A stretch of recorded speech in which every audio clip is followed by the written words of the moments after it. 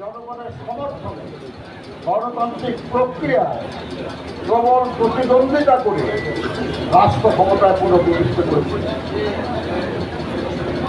এই ইতিহাস এর আগে কখনো নাই। এই অঞ্চলে যারা একবার ক্ষমতাচ্যুত হয়েছে আবার ক্ষমতায় আসতে বহু বছর লেগেছে। মুসলিম লীগ আসতে পারে নাই, আওয়ামী লীগের লেগেছিল 21 বছর, আর বেগম খালেদা জিয়ার নেতৃত্বে বিএনপি 82 সালে ক্ষমতাচ্যুত হয়েছিল, 91 সালে আবার পুনরায় রাষ্ট্র পরিচালনার দায়িত্ব পেয়েছে। এই বিশাল অর্জনে মূল কাণ্ডারি এবং মূল ভূমিকা ছিল দেশনেত্রী বেগম খালেদা জিয়া। সামরিক স্বৈর শাসনের পরিবর্তে বহুদলীয় এবং সংসদীয় গণতন্ত্র প্রতিষ্ঠার ইতিহাস তার হাত ধরে স্থাপিত হয়েছে। এবং পরবর্তীতে তিনি যখন দায়িত্ব নেন, বাংলাদেশের বৈদেশিক সাহায্যে পরিচালিত বাংলাদেশের উন্নয়ন বাজেট 100% ছিল বৈদেশিক ঋণ বা সাহায্যের উপর।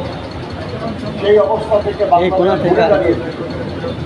অর্থনৈতিক উন্নয়ন হয়েছিল, জনগণের মধ্যে শান্তি এবং স্বস্তি এসেছিল, যার ফলে 96 যে দুর্যোগ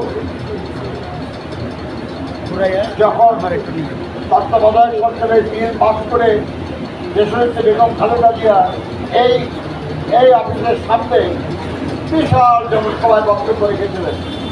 অনেকেই বলার চেষ্টা করেছে বিএনপি নিঃশেষ হয়ে যাবে।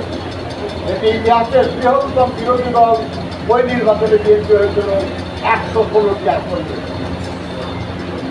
এত দুর্যোগের মধ্যে এটা বেগম খালেদা জিয়ার নেতৃত্বে খুব, কিন্তু এই কারণেই তাকে বারবার জেলে যেতে হয়েছে এবং শেষ পর্যন্ত তাকে দণ্ড দিয়ে একটা নির্জন কারাগারে রাখা হয়েছিল।